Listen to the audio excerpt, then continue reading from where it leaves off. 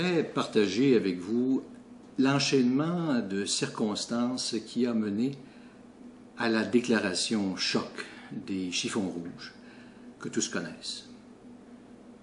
Il y a bientôt une dizaine d'années, le 23 janvier 2001, j'étais assis ici tôt le matin avec ma conjointe à l'occasion du petit déjeuner et on commentait l'actualité du matin.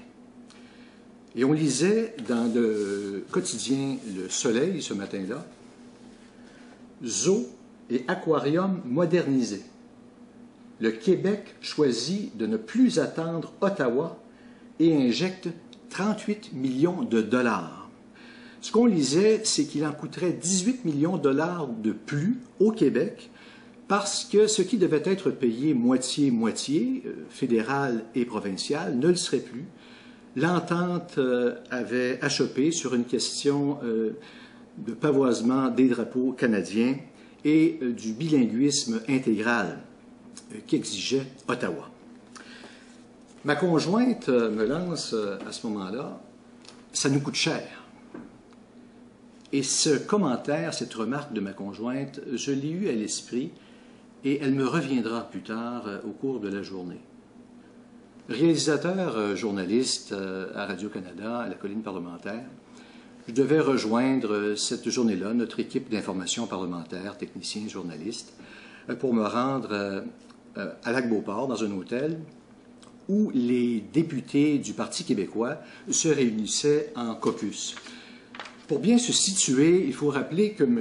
Lucien Bouchard avait annoncé quelques jours auparavant sa démission de son poste de chef du Parti québécois et que M. Landry, son vice-premier ministre, était bien positionné pour le remplacer à la tête du Parti québécois et du gouvernement du Québec. J'arrive donc sur les lieux du caucus tôt le matin et je reçois sans surprise un appel de mon bureau qui me demande d'obtenir un commentaire de M. Landry pour notre station régionale, justement sur le zoo et l'aquarium. Et je croise un journaliste du Soleil que je connais et on convient l'un et l'autre que la journée ne s'annonce pas énorme au plan des nouvelles. Le temps passe et là, il y a une prise d'image pour les caméramans dans la salle même où sont réunis les députés du Parti québécois. Lucien Bouchard qui fait ses adieux à ses compagnons d'armes est ovationné et je profite de l'occasion pour me glisser, me diriger vers M. Landry qui était pas loin de la tribune où était M. Bouchard pour lui dire que j'aimerais bien lui poser une question au sujet du zoo et de l'aquarium. M. Landry sans se faire prier, me dit « oui, d'accord, pas de problème ». J'ai donc l'assurance, à ce moment-là, que j'obtiendrai une entrevue de M. Landry sur ce sujet zoo et aquarium pour notre station régionale. Plus tard, vient le moment du point de presse de M. Landry devant les nombreux journalistes et caméramans qui couvrent le caucus des députés péquistes. Mais je choisis de rester dans une pièce voisine. J'entends M. Landry qui est à son point de presse, mais je ne veux pas y aller tout de suite parce que j'attends le départ de M. Bouchard, qui est dans un salon privé, pas très loin, et j'espère obtenir de lui un commentaire intéressant sur ses adieux, finalement, au Parti québécois. Mais M. Bouchard tarde à sortir, et là, je suis un peu inquiet, je risque de manquer le point de presse de M. Landry qui se poursuit. Mais finalement, M. Bouchard quitte. Alors, je suis M. Bouchard à l'extérieur de l'hôtel avec mon audioman, mon caméraman, et j'essaie d'obtenir un commentaire mémorable de M. Bouchard. Rien à faire, M. Bouchard ne veut pas commenter l'actualité ce matin-là. Je reviens à la course vers le point de presse de M. Landry, mais quand j'arrive si tard, en fait, que M. Landry vient de quitter le micro. Alors là, je bredouille un peu ma question. Et là, l'attaché de presse de M. Landry lui-même m'entend, et M. Landry, courtoisement, accepte de revenir au micro.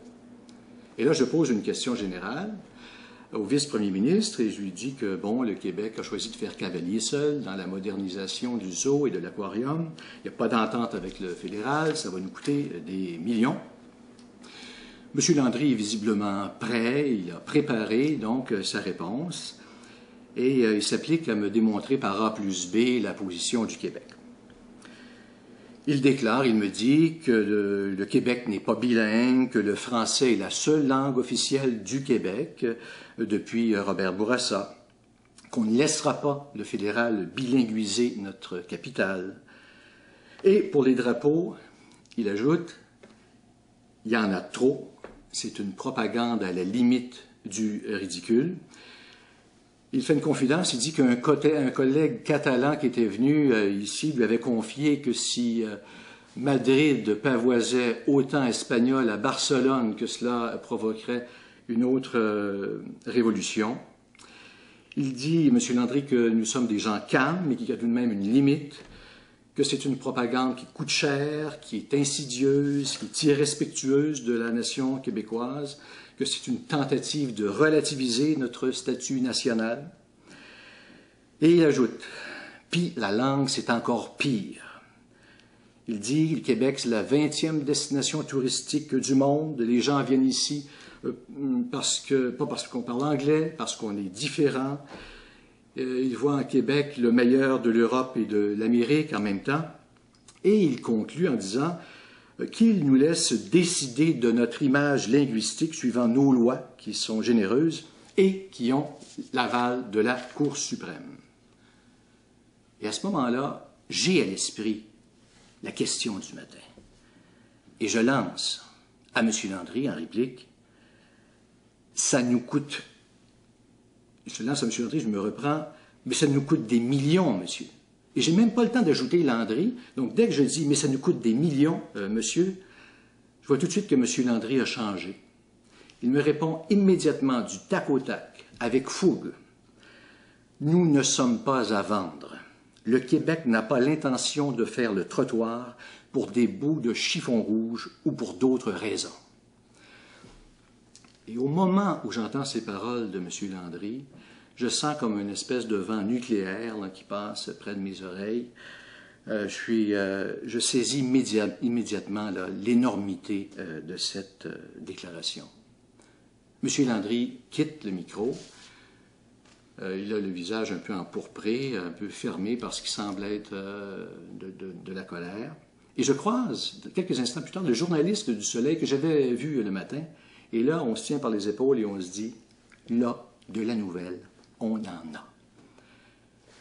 Plus tard, au cours de cette journée, au caucus péquiste, M. Landry va revenir devant les journalistes pour tenter de récupérer, d'atténuer ses propos.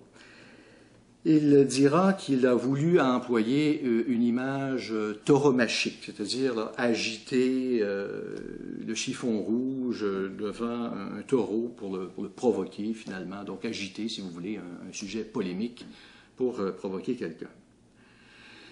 Mais la déclaration était faite finalement, le mal était fait.